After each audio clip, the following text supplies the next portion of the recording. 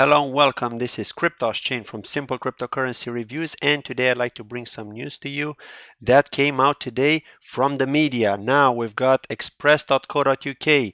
They've recently listed an article, Bitcoin price to boom. US is skyrocketing debt to create surge in demand for cryptocurrency. There could be a major spike in the price of Bitcoin and other cryptocurrencies because of the rapidly growing level of US debt, a leading industry expert has claimed. Shapeshift CEO Eric Voers has said cryptocurrencies will boom during the next global financial crisis. The financial expert at the global trading firm believes the high level of US debt will cripple the economy unless more money is printed. He argues this will lead to an increase in cryptocurrency investment. He said that when the next global financial crisis occurs, the world will realize organizations with $20 trillion in debt can't possibly ever pay it back, thus must print it instead, and thus fiat is doomed. Watch what happens to crypto. US lawmakers keep increasing the country's debt ceiling, allowing for the federal government to take on more and more debt. His theory is the debt level of world economies is unsustainable and will put states under pressure the next time there is a financial crash.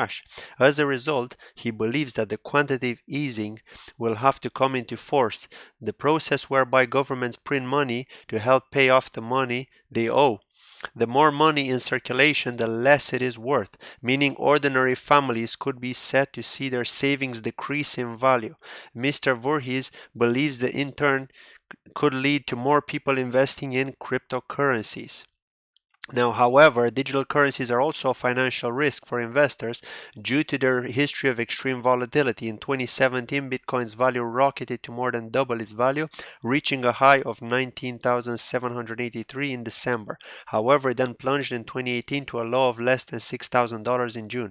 Since then, the online money has stabilized and has seen no major rises or falls in its value. At the time of writing, Bitcoin is worth $6,367.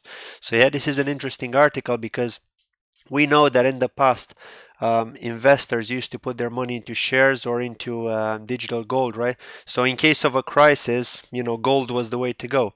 I believe that in the last financial crisis that we had sometime in 2007, a lot of people actually invested money in gold and silver for this specific reason. However, now we know that Bitcoin is considered a digital gold, so people may actually invest in Bitcoin just to keep the savings safe, especially because they know that the price that we're maintaining at the moment is around $6,000, right? That's the support line. So what's the worst that can happen? Okay, maybe it can dip a bit below that, but many experts have said that there is a potential for it to dip to 4,000. But it hasn't, it hasn't. So you do need to keep that in mind as well. So the more people get into Bitcoin, the more the price is going to increase. The likelihood of it going below 6,000 is quite unlikely. Now to move on to the next piece of news, on amcrypto.com. These are posted 7 hours ago from the time of making this video. So Bitcoin will be made better than every other cryptocurrency, says N-Chain's Craig Wright.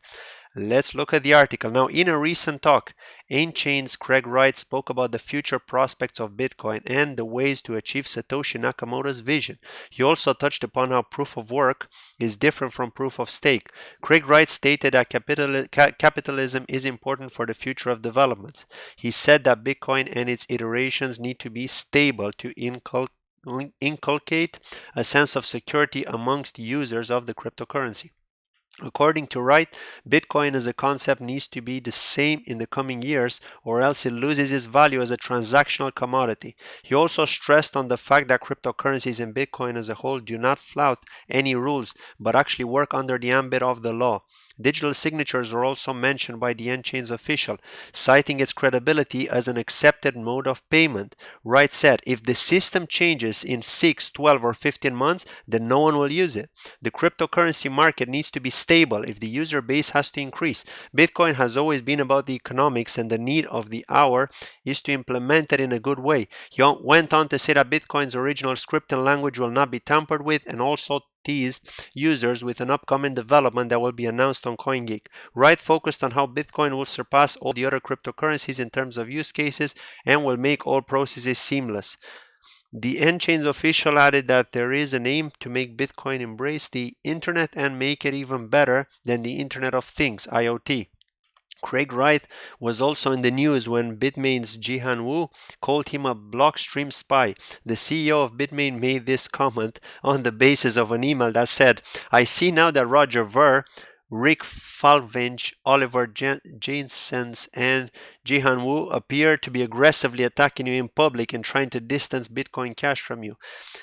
To the best of my knowledge, all of these parties previously believed in you. It seems to me that it is simply a matter of time before a forceful public denunciation by someone previously cited as proof of your merit, such as Gavin, brings things crashing down around you. So yeah, it's quite interesting that these guys are attacking each other. But yeah, let's see what happens. I mean, he thinks that Bitcoin is going to be made better than other cryptocurrencies. He seems to be a Bitcoin maximalist. So let's see what happens. And finally, the piece of news for today. Principal fired for mining cryptocurrency at a school in China. So I found this quite interesting. This was posted today as well. Now let's read through it. A middle school principal in China was fired after staffers uncovered a cryptocurrency mining scheme utilizing school computers. Wow. Okay, local media in China have begun to write about a foiled cryptocurrency mining scheme organized by the principal of Puman Middle School. The man utilized school computers for the task. According to reporting from the BBC, Lei Hua was fired after one staff member discovered that he installed 8 mining machines in the school between summer 2017 and summer 2018. The South China Morning Post reported that Lei was originally mining Ethereum inside of his home in June 2017, and he soon decided to move his operation to the Hunan province school in order to save money on electricity. Wow. So he spent a lot of money on the school electricity. Sorry. Okay, what's cooking? Local Chinese media said that teachers began to feel suspicious when they noticed the school's internet was slowing down. On top of that, reports of loud noises that continued without stopping were also brought to light. After an employee inquired about large increases in energy consumption, Lei reported attributed to the jump to too much use of school air conditioners and grills. So yeah, that's a cool excuse actually. Teachers who had enough of the nuisance searched the premises, discovering the mining operation. So here we can see a photo of how he actually set up all this GPU mining, all these units, right, all these racks. Wow. Okay, so the school's vice principal, Wang Zipeng, allegedly bought another machine and installed it in the school, according to the South China Morning Post. The electricity bill for the mining scheme totaled roughly around $2,120. Lei was removed from his position of the school late last month, losing his position as a Communist Party branch secretary. Wang was not fired, but received a warning for his actions. The mined cryptocurrency was reportedly taken by the local commission for discipline inspection. What may happen with the money remains unclear. Now, schools become a lucrative spot for mining ops. The allure of free electricity means that mining within schools is an enticing endeavor for students and professionals alike. Okay, so it seems that in China or maybe in other countries, schools have free electricity. Wow, okay. That's probably because the government covers it. So yeah, it makes sense. Because if it's a government-run school, they do cover the costs.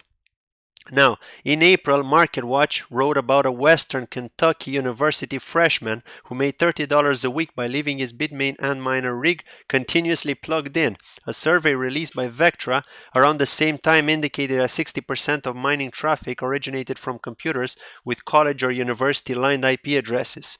Some schools like Stanford have taken explicit steps to ban cryptocurrency mining on university grounds. Stanford released a blog post in late January banning mining activities on the grounds that Stanford resources must not be used for personal financial gain. And also, a recent article told the story of 2 teenagers who started to hack into school computers in 7th grade in order to bypass internet filters to watch YouTube. Wow. The duo's 2-year scheme saw them gaining access to grades, passwords, phone numbers, and gave them the ability to use district servers to mine virtual currency. The students were expelled after being caught and sent to the country's sheriff office. Some think their talent and interest in computers and cybersecurity should be redirected instead of punished. What do you think about Lei Hua's school mining scheme? Let us know in the comments below. So yeah, I'm also going to ask you actually, what do you think? Let me know in the comments below my video. I'm actually quite curious what your opinion is on this. It is quite interesting, and I wonder if we'll see more of these schools approaching the same I mean, planning the same kind of scheme, because if these news don't reach out all the possible governments, people can still take advantage of that, especially in smaller schools, in villages, and places like that. So yeah, it should be quite interesting. And also, one other thing I'd like to talk about is if you wish to buy and sell NEP5 tokens with a digital escrow, okay, so trustless, 100% trustless using the smart contract, and earn a portion of the fees, join FT Exchange on ftexchange.com. You can use my referral link, which is going to be in the description of the video. Cool. And finally, before I go, you won't be able to find all the possible NEP5 tokens that you want to trade on because of some of them being blacklisted. Also, there are some problems with the smart contracts of some of those projects. So in that case, if you want to trade any NEP5 token, any ontology token or coin, any, I don't know, ERC20 token, you can join Cryptoholics OTC on Telegram if you wish to buy and sell any assets which are not listed on exchanges. However, please note that this is a trusted method, okay? You need to trust the admins. Now, I do trust the admins, hence why I'm advertising this, because some of these admins from this Telegram group are actually admins in Neo blockchain projects and other projects as well. So yes, they can be trusted. I can vouch for them. Also, please mention Cryptos Chain when you join to let them know. Thank you very much for that. Okay, cool. I hope you enjoyed my video. If you're new to my channel, please subscribe so you can receive the latest news. You can see the demos that I do on different projects. I usually do demos of exchanges, decentralized exchanges. Also podcasts. I'm doing a lot of podcasts. I'm going to be interviewing Switchio pretty soon, so that's going to be sometime next week. I'm also planning to interview other projects as well, so I'm going to be asking the community for questions, and I'm going to be asking those questions in the podcast. Okay, cool. That's great. Thank you very much. Please like the video if you enjoyed it, and I'll see you in my next video. Goodbye. Have a lovely day.